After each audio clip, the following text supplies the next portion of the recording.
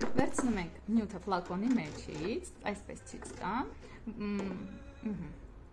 Քամում ենք մեկ կողմի վրա, մյուս կողմը օգտագործելու ենք։ Ինքը ջրիկ է, նախապես ասեմ։ Եթե ջրիկ նյութերով աշխատելու տեխնիկան չեք տիրապետում, մի քիչ դժվար կլինի, մի քիչ պարապեք։ Հիմա այս ավելորդը կքամեմ տեղը, կատարում եմ թաց-հատակ, ինչպես նաև գելի ժամանակ ենք մենք դա անում։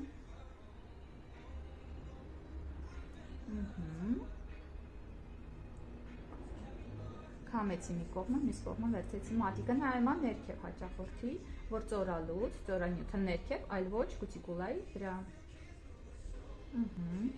Թեքեցի փուզան, առանց վրձինը կտրելու, շարժումներ եմ կատարեցրեք հաճախորդին, որ հնարավոր է այրի լամպի մեջ։ Եթե հաճախորդը զգում է այրոց,